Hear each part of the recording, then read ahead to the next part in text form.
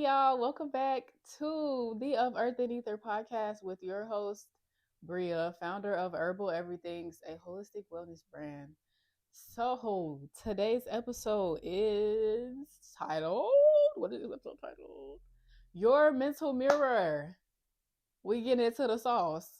First few episodes were foundational, just to give the background for the perspective that I'm approaching things at, and bringing in the external literature slash study to show the opposite end of my perspectives, that it's not just a thing that I made up out of my head. But at the end of the day, framework has been laid. So now we get into it. Before we get started, as always, disclaimer: none of the information presented in this podcast is intended to replace the advice of a licensed medical professional. I am not a licensed medical professional, nor am I posed to be one. This information is not intended to diagnose, treat, prevent, or cure any diseases, but is purely for educational purposes. With that being said, is the mic micing? Hold on. It look like it. Sorry, guys. Okay, let's get into it. So, your mental mirror. This episode, like I was saying in the last episode, is really for the people who are not in tune with themselves on a mental level. So the people who tend to run from their thoughts or distract themselves from their thoughts, they don't feel comfortable sitting with their thoughts. You distract yourself, you keep yourself busy so that you don't listen to your inner dialogue, or that you're not sitting with the feelings that come with that inner dialogue. This is for y'all, because as established, everything is connected. Everything is connected to everything else. And everything that you experience in life starts off in your mind, starts in the mental, spiritual plane. So if you are not in tune with your mental, spiritual self, the first aspect of self, then you're going to be disconnected from everything else that you're experiencing. And it might seem like, I don't know why this is happening to me. I don't know why I'm experiencing this. I don't know why, blah, blah, blah. But it's like, because of that disconnect between you, the being, and your spirit, your mind, your source, it's a disconnect. So you're not really seeing why things are happening the way that they are. So this episode is for y'all. Your mental mirror. First of all, let me turn this heater off because it's hot. Okay. Alrighty. So, pattern of manifestation. We went through that in episode 2. Everything starts in the mental plane, mental, spiritual, then it becomes emotional, and then it becomes physical, right? So, if you have thoughts, mindsets, belief patterns that are not helping you elevate or grow, or just conditioning from your childhood or even your adult experiences that aren't benefiting you in any way, shape, or form, and you don't listen to that, you don't acknowledge that, you don't honor the feelings that come up with that, those things are still going to be present. Ignoring does not resolve an issue. You can't avoid an issue and expect it to go away. Only way you can get something to go away is if you look it head on, look it dead in the face, and address it. Whether you punching it, not saying to be violent, guys, don't be violent, but avoidance doesn't solve issues. So in order for you to address something, you have to go through it. You can't go around it. So if you are not comfortable with sitting with your own thoughts, listening to your stream of thoughts, but you have the desire to know what is going on there, but maybe it seems scary or whatever, you can look at your body, and your body will show you what's happening in your mind, because the body is the physical manifestation, is the last step. So whatever is here in the physical is a result of what was happening in the mental and the emotional, but never got addressed. So keeping that in mind, different imbalances in the body reflect what's happening in the first two planes. And when you think about that, what's important is to consider the different, I know meridians is not the right word because that's a whole nother thing, but I like how it sounds and it fits for what I'm going for. There's different meridians in your body, like different aspects of your body, different sides of your body represent different things. So you got your right brain, that is the creative brain, the intuitive brain. That's the divine, the feminine brain, right? But the right side of your body, the right side of your brain controls the left side of your body. So if the right brain is the creative brain, the intuitive brain, the feminine, then that means the left side is the feminine side of your body, right? Same thing for the opposite. The left brain, that's the logical brain. That's the masculine brain. Left brain controls the right side of the body. So the left brain is masculine, the right brain, the right body is masculine. So right brain, left side body is feminine. Left brain, right side body is masculine, right? Stay with me. The front of your body is typically associated with the masculine. So the front of your body is the masculine side. That means naturally the back side of your body is the feminine side. And then even with what we just went through, left side being feminine, right side being masculine, with the masculine and feminine energies comes the concept of receptivity versus giving, electricity versus magnetism. So the feminine is magnetism and receptivity. The masculine is like electricity, and I feel like there's a better word that is the opposite of receptivity, but I can't think of it right now, so I'm gonna say giving. Your left side body is, oh, I thought that said my battery was low. I'm like, how? But left side body is feminine. That's the receptive side of your body. And the masculine side, the right side, is the giving side. The left side is magnetism. The right side is electricity. So if you want things to come in, you would work with your left side. And then when you want to get something out, you work with your right side. If you want something to come in, you work with your back side. If you want something to go out, you work with your front side. These things all play a role in what shows up at the physical level, at the physical layer, once it goes through that manifestation process of mind, spirit, emotion, and then physical body, right? So, keeping that in mind with the, like I said, meridians is not the right word, but I feel like it fits. So the meridians in your body, you got masculine, feminine. Everybody, no matter what your biology says, everybody has masculine and feminine energies within them. If you are a man, that does not mean that it's bad for you to have feminine energy. It just means that, and I'm not even gonna say that because it's some men have the purpose to be feminine. Like everybody got their own purpose. Every soul got its own purpose. But if you are a man, what we typically think about is, okay, that just means that your masculine energy would be more dominant.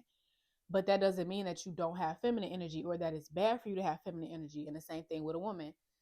You have both masculine and feminine energy, but because you are in a female body, you're a woman, you most times your feminine energy is dominant, whereas the masculine is, what's that other word? Recessive. There we go. Not the dominant one. So everybody has both, and it's not a bad thing for you to have both. You're supposed to have both. It's just a matter of finding the correct balance. So you got the masculine sides, feminine sides of your body, receptivity versus giving, magnetism versus electricity. But also the body stores emotions and experiences. So most of it, and this is like one of those generic things, is stored in your hips, and yes, but there can be other emotions, feelings, experiences that store in other places in your body. And that plays a lot with what it is you're experiencing. So for me personally, I've given an example multiple times where talking about my womb health, right? And how I was having all these issues with my period. And I found out once I learned my dosha that it was stagnation, and that was because of emotional stagnation. And naturally, that was stored in my womb. So emotions can store in different places in your body, but not all of them go to the same place. So that's something that you can Google. Like, I don't know all the different places, but there are certain things that I do know that I can share with y'all. But other ones that I might not mention, just Google it, right? So I have learned that when it comes to, let's say, chronic pain or injury issue, whatever, in the like shoulders, hands, wrists, that could be associated with people who are holding too much. You're carrying too much, not physically, but emotionally, spiritually. Like, you have more on your plate than you actually are able to handle. So that's causing you stress. That's why a lot of people who be stressed out, and it's like, specifically men, I'm thinking about the ones who be like carrying their whole family on their back. They always got back issues, shoulder issues. Their shoulders hurting, their back hurting. You carrying a lot. And that's just an example. Like, every emotion not gonna always show up in your hips, although that is like a home, emotional home. But your hips, your womb, your shoulders, your hands, your ankles, your feet, all of these things hold like different emotions will collect in different areas of your body. So, considering all of that, and considering if you are, even if you're not, but if you are a person who is disconnected from their stream of thoughts, whether it's intentional or unintentional, pay attention to where you have constant aches, pains, injuries, discomfort in your body, because that will tell you what's going on. And I have an example, and it's outside of the example that I've been bringing up regarding my period. But before I get there, pay attention to where these thoughts that started in the mental spiritual plane and became emotional, pay attention to where they land, because they will tell you exactly what's happening within you. And then you can go through your set of experiences in your life and connect that to, okay, this might be where this came from. Granted, I said in another episode, some stuff that's stored in your body might not be yours, whether that's ancestral, passed down, because the studies have shown that trauma lives in the body, and people could pass down trauma for generations, and it could be something that they haven't even personally experienced. Trauma stores in your body. I recognize that I was holding trauma that didn't belong to me in my womb, but some of it might not be yours. So you might not be able to connect a personal experience to it, but that's where it comes to learning your family, your history, and stuff like that. So with that being said, my example, right? So I'm gonna break down what happened in my body. So I ended up pulling my hip flexor on my left side. I just found out which muscle it was like 3 months ago. Today is March 17th, 2026. I pulled my muscle in 2020, summer of 2020. I just found out which muscle it was in November of 2025. I pulled my left hip flexor. Me pulling my left hip flexor caused, and if you on Spotify or Apple Podcasts or whatever, you might not be able to see me, but YouTube can see me, right? So my pelvis is supposed to be level like this. I pulled my left hip flexor, and that caused it to dip in. So now my left side, instead of being up and level like this, is shifted to the right and dipped in, right? So now my pelvis is uneven. That ultimately caused my entire spine to curve, because now the hip flexor that's supposed to be keeping my spine, my pelvis aligned, it was injured. So my pelvis tilts in, that causes my spine to curve, which then causes my shoulder, my right shoulder, to pop out of place. Like, not out of place, but like my scap is not, I have to consciously keep my shoulder back. Whereas, if you have your muscles are good, they strong, then your shoulders naturally hang back. My left shoulder stays in place, but my right shoulder be just like out. I have to, and that's something I'm still working on right now. I have to consciously push my shoulder back, right? So, injury in my left hip, injury in the right, I don't know what muscle it is. It's on the right side of my spine, right near my scalp. And that's what got my scalp out of place to where my shoulder is now. It just be leaning forward unless I consciously push it back. Left side hip injury. Left side is the feminine side of the body. Right side shoulder injury. Right side is the masculine side of the body. Stay with me. I injured myself at work in 2020. I was working at a warehouse. Yes, that one. And at the time, I was still in college. So I was responsible for paying my own rent, buying my own groceries. Like, once I was not at home, oh, excuse me. Once I left home, I was taking care of myself, basically, because, my people got their own cribs to take care of. Here, it's like, take care of two households. That just wasn't the case. And I also did not work while I was in school because of the type of course load that I have. I wouldn't have had the time or the capacity to do that. Plus, I just didn't want to. But even if I did, I wouldn't have had the time or the capacity to do that because I was a bioengineering student. Like, that wasn't going to work. So when I came home for breaks, winter break, summer break, I would just work my ass off, stacking up as much money as I could to make sure that I had all my rent for the next upcoming semester.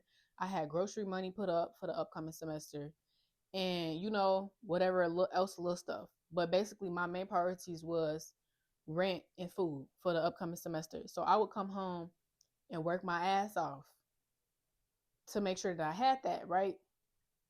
Now, during this time, I didn't realize it then, but now I was operating out of fear that didn't belong to me. I had a debilitating fear of lack, fear of not having what I needed to survive. And that's what caused me to work like that. So I'm working at this warehouse. Yes, that warehouse. And technically only had to work 4 days a week, 10 hours a day. Now, granted, that alone was already beating my ass after the first 6 weeks because I'm standing on a concrete floor for 10 straight hours. So that was already doing what it was doing. But then you got Bria, who's like, yeah, my body falling apart, but I got to pay my rent. So instead of me doing 40 hours a week, now I'm taking OT. Now I'm doing 50 hours a week. Now I'm doing 60 hours a week, especially when that C-word pay, they had the C-word pay. We was getting $30-something an hour. Mind you, I'm 20 years old at this time. $30 an hour at 20, like inflation, all of that, none of that had happened yet. $30, like, so I'm like, yo, I'm doing 50, 60 hours a week because I was afraid that if I didn't work that hard, I wouldn't have had what I needed once I got back to school, right? So I keep doing this. My body is like, I'm getting all the signs. Like, stuff is hurting, and then it stopped hurting. Once I stopped working, then I came back the next summer, did it again. Same stuff hurting, but now it's new stuff hurting. But I'm like, I'm pushing through. Like we talked to do. I'm pushing through because I'm like, I got rent money. I got to pay my rent next semester. I got to have my groceries. Like, fear of survival, fear that my survival needs would not be met. Ultimately ended up causing me to pull. I actually don't. I feel like the back injury came first, but I'm not sure. But at the end of the day, I pulled my left hip flexor and I ended up pulling something again on the right side of my spine near my scapula. I don't know which muscle that is. 5 years, almost 6 full years later, I'm still working on recovering from that injury. It wasn't until maybe 2023 That was when I actually started working out consistently. Um, when I realized that my body was mirroring the way that I was moving regarding my fear of lack. I have realized that I've come so far, but ultimately grew up with control issues. Um, Meaning that I didn't feel safe unless I was in control of everything. And that was why I'm like, okay, I know that's a predictable check. So I'm like, I'm not really taking into account the fact that there's a whole different side of existence that I just don't know about.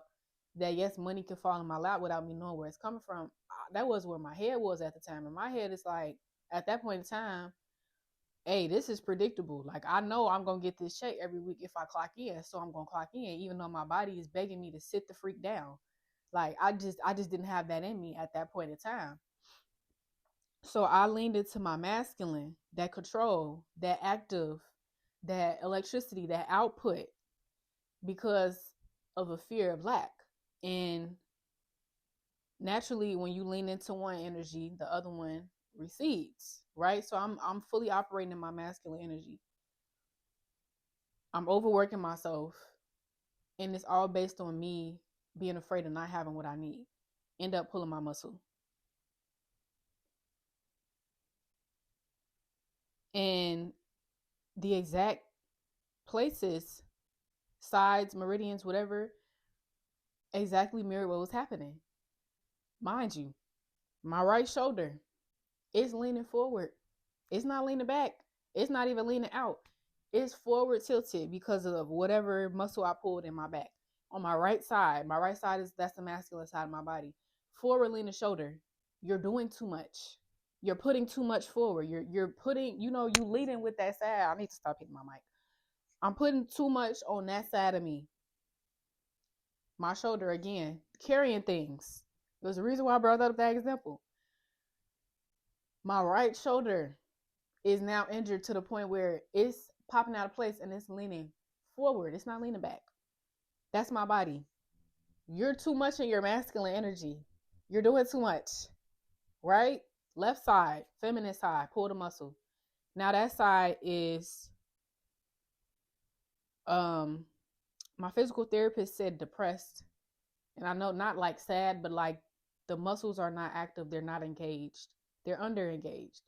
So now the left side of my hip, my left side, feminine side, is now under engaged because I overexerted in my masculine.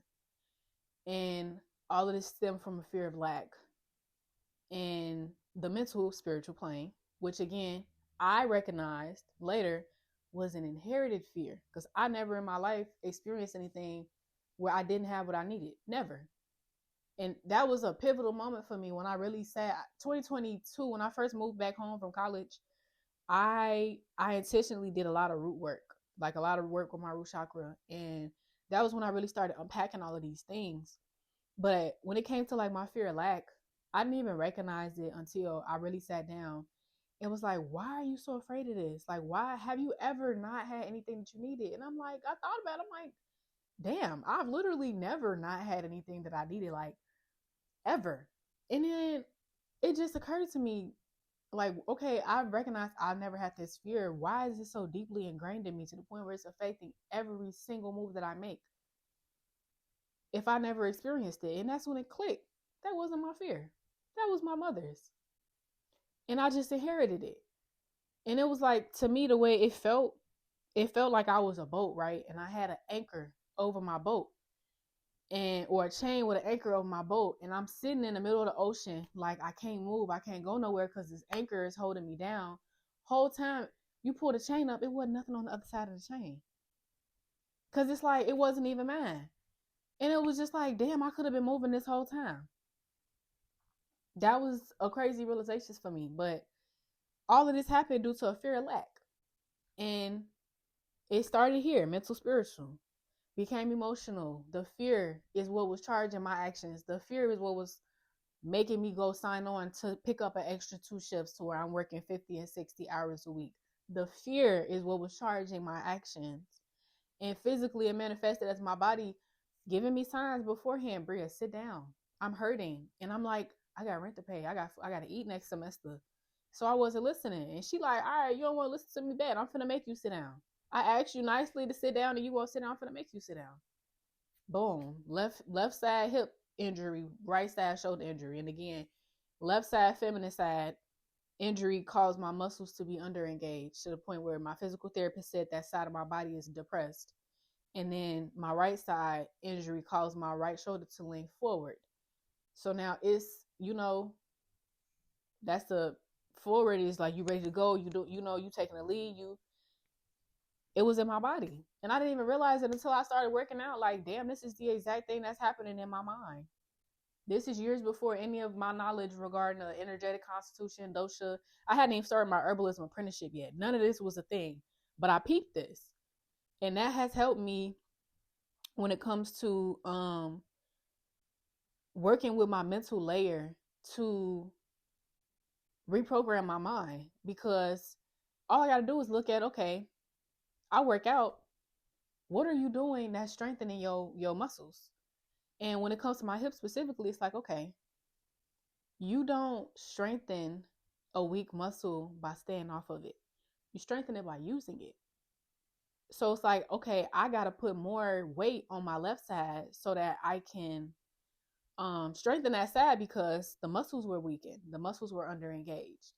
So now I'm doing like I forget the name of it, but like you only work in one side as opposed to doing both. Like if I'm doing RDLs, I'm doing single leg RDLs as opposed to with both, so that I'm intentionally isolating the leg that needs work. You don't strengthen muscles by staying off of them. So if you want to fix this fear of lack and you operating too much out your masculine, that means that you need to stop leaning so much on your masculine and lean more on your feminine. It was a direct mirror. It was a mirror. That's why this episode is called Your Mental Mirror. If you don't know what's going on mentally and you might not know what to do, even if you do know what's going on, but you don't know what to do, look at where it showed up in your body and what would you need to do on a physical level to correct that. That's what you need to do mentally too. Physically, okay, I need to lean more on my left side, do more things with my left side to strengthen it. Mentally, I need to lean more into my feminine. I need to stop trying to control everything and just accept the fact that I'm not going to be able to know everything. And some stuff is not meant for me to know. And that there's me, the aspect of God that is me, but there's also the aspect of God that's not bound by a body and is controlling everything. So it's certain parts, it literally just nothing for me to do but to just take my hands off. Because the Most High God gonna handle the rest. I done did my part. And that was what I needed to learn how to do, and I'm still learning how to do, but I'm doing beautifully with it. Beautifully. Doing amazing. But that was it for me, like leaning more into my feminine. And I wouldn't have recognized that if I didn't have my body to mirror that to me. Because I'm going through, like I was going through it mentally a lot, honestly, prior to winter 2024, 2025, when I started learning about the subconscious mind. That was when I started really changing my thought patterns. But prior to that, I used to be going through it. And I'm like, it just felt so hard because I'm like, I know I need to let go, but I don't know how to do it. And once I realized my body is mirroring the same thing to me, it's like, damn, just do the same thing. If on my body is strength on my left side, I need to use it more. Then that means in order to get more in tune with my feminine energy, I need to use it more. So for my people who disconnected from their mind or not comfortable sitting with their thoughts, their feelings, whatever it is, even if you are, but you like me, you knew what you needed to do, but you didn't know how to do it, look at where it shows up in your body and remedy it there first. When it comes to these types of things, that started mentally, spiritually, became emotional, then became physical. When it comes to reworking it or undoing it, you start with the bottom. You start at the bottom, start at the physical layer, because like I gave the example in another video, if I'm on the floor throwing up because I got cramps so bad. I'm not gonna be in the middle of throwing up and be like, oh, this is happening because I don't express my thoughts when they, you know what I'm saying? Like, I'm not gonna be in a space to do that. I'm hurting. So clearing out the physical clutter allows space for the emotional flow, and that brings mental clarity. So when you're trying to undo these things, you need to work backwards. Start with your body. If you have a problem and you know what you need to do, but you don't know how to do it, think about, if it showed up here in my body, in order to remedy this, this is what I would need to do. Let's say it's a pull, not a pull muscle. You got a cramp or something. You know you need to stretch. That's relaxation. Maybe that's the same situation for what you need to do mentally. Like, look at what you will need to do in your body and translate that back to your emotions in your mind.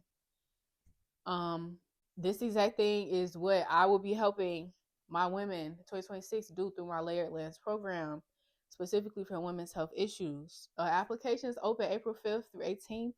I'm so excited. But this is the exact thing that I will be helping my clients do. We're going to be working, starting with the physical layer, and then we working our way back, connecting everything that showed up in the body to what's happening emotionally and mentally, and doing what we need to do as far as lifestyle practices, herbs, and just awareness to restore the balance. But your body will mirror your state of mind to you, and also give you the exact solution to what you need to do if you don't know how to do it. So much wisdom in our bodies. That's why we need to learn our own energies and our language of our body, how our body communicates to us.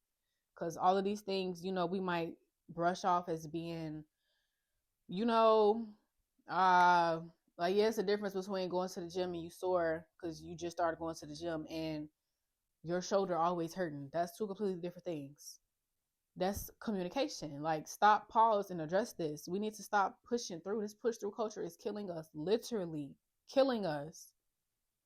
So, yeah, listen to your body. And one thing I want to say, if that's something like, I don't know how to do that, do a tension scan. So a tension scan, you want to lay down, right, on your flat on your back, quiet the room, whatever it is. If you can't, you might have to go sit in the car. Just sit down somewhere quiet where you could be completely still. Close your eyes and start taking deep breaths, right? And once you get, 3 or 4 breaths in, what you want to do is bring your awareness, bring your attention to every single part of your body, starting with your toes and ending at the top of your head. Every inhale, pay attention to how your toes feeling. Exhale, pay attention to how your toes feeling. The next inhale, you move up. Pay attention to how your ankles feeling. Exhale, ankles. Next inhale, shins, calves. Exhale, shins, calves. Like, spin a full breath cycle in every part of your body and just slowly move up. If you need to spend more than one breath, do that. But do that through your whole body. You'll be able to tell where there's tension, where there's tightness, where there's discomfort. That'll show you. And all of this, again, we be doing too much. That's by design. You keep the people busy, they won't have time to sit down and realize that none of this shit makes sense. You got to slow down. Sit down, slow down, tune in with you. So if you don't even know, like, or you just be moving on autopilot, you're not even connected to your body, like, you just here. Sit down, slow down, do a tension scan. And that's the perfect way to do that. And that'll show you, okay, I have tension in my shoulders. I have tension in my hips. I have tension in my womb. I feel tightness in my stomach. That'll show you that, because those breaths, that's going to expose everything once you're taking them deep breaths in and out. So tissue scan if you don't even know where to start at all. But yeah. So yes, applications for my Layered Lens program open April 5th through 18th. This actually might be open by the time y'all see this video. But applications for the Layered Lens program will be linked in the description or the show notes, depending on the platform that you're watching. And always, we interlude into the next episode 5. We'll be getting into the energetics of the menstrual cycle and how that plays into the periods that you experience every month. So, yeah, I'll see y'all in 2 weeks.